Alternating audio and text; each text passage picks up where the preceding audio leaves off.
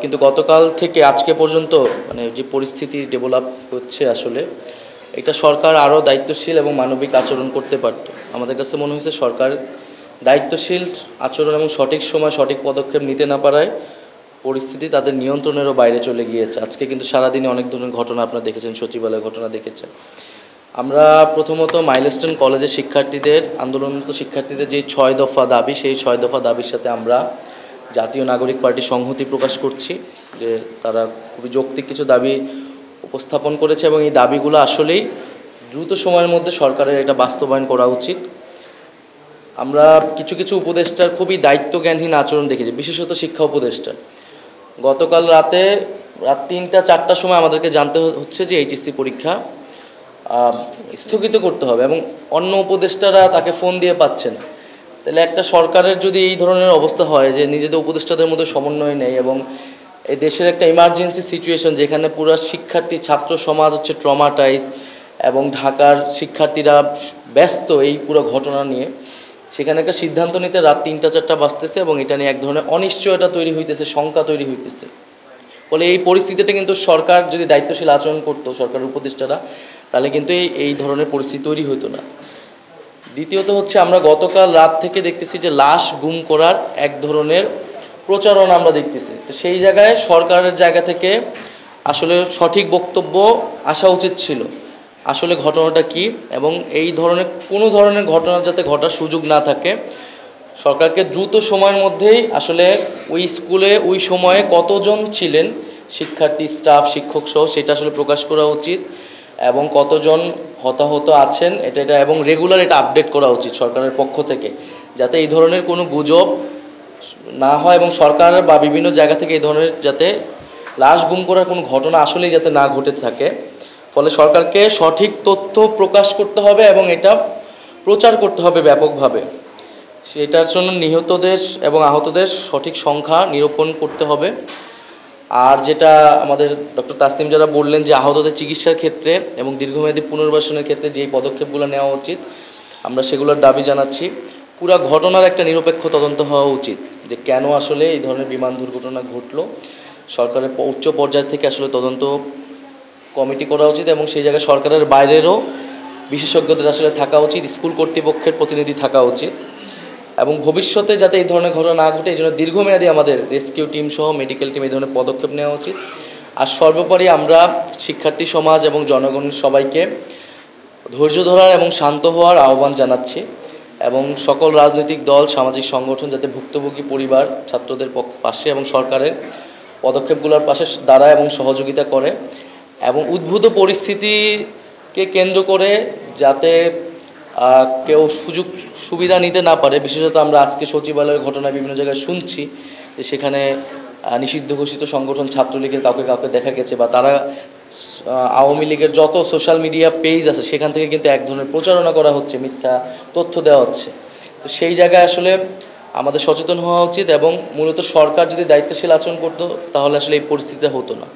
তো সরকার যাতে দায়িত্বশীল আচরণ করে এবং যে দাবি দেওয়াগুলো উঠেছে সেইটা যাতে দ্রুত সময়ের মধ্যে বাস্তবায়ন করে এবং জনগণের জায়গা থেকে আমরা সবাই যাতে সচেতন থাকি, ধৈর্য ধারণ করি, আমরা এই আহ্বানটা আজকের প্রেস ব্রিফিং থেকে কি জানাচ্ছি জনগণের উদ্দেশ্যে।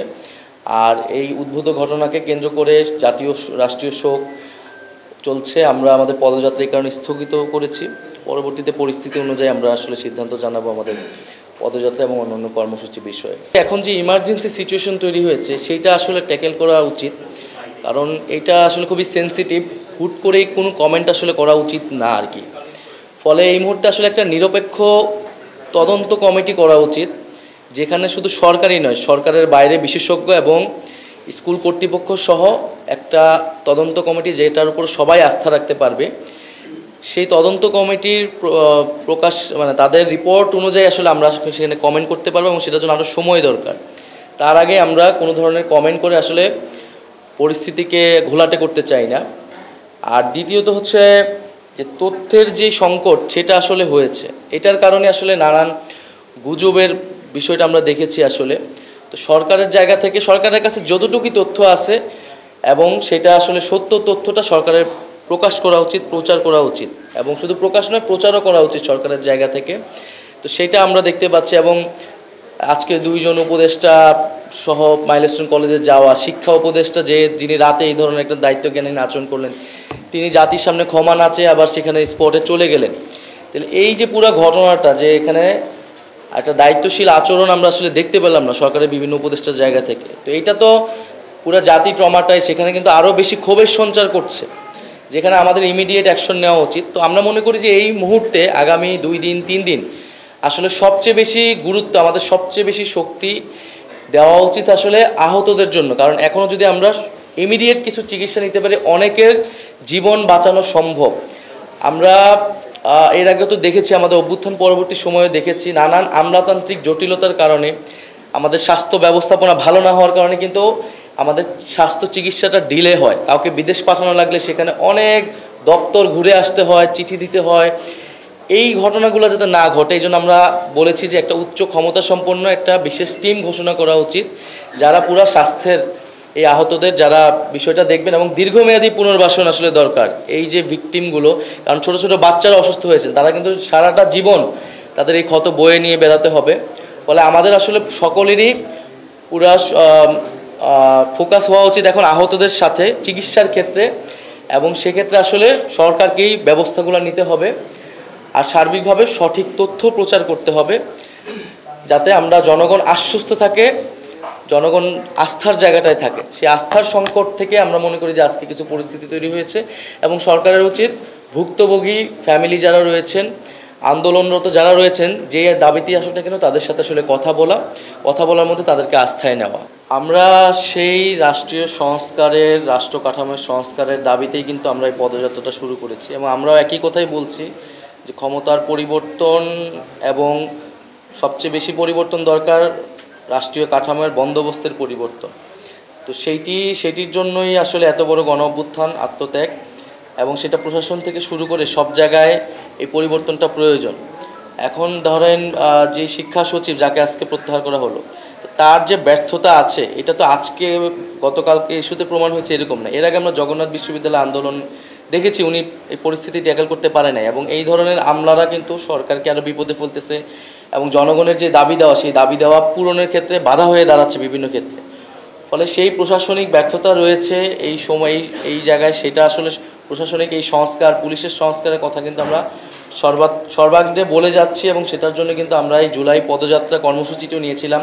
সারা দেশের শহীদ পরিবারদের সাথে কিন্তু আমরাও কথা বলছি, তাদের সমস্যাগুলো এবং কেন হয়নি, আমাদের জায়গা থেকে আসলে কী সীমাবদ্ধতা ছিল, আমরাও তাদের কাছে সেটা বলছি, এবং সেই বিষয়গুলোকে সামনে নিয়ে আমাদের যে দাবি দেওয়া এবং ইস্তেহারের কথাই কিন্তু আমরা বলছি যে আমরা 3 আগস্ট প্রকাশ করব।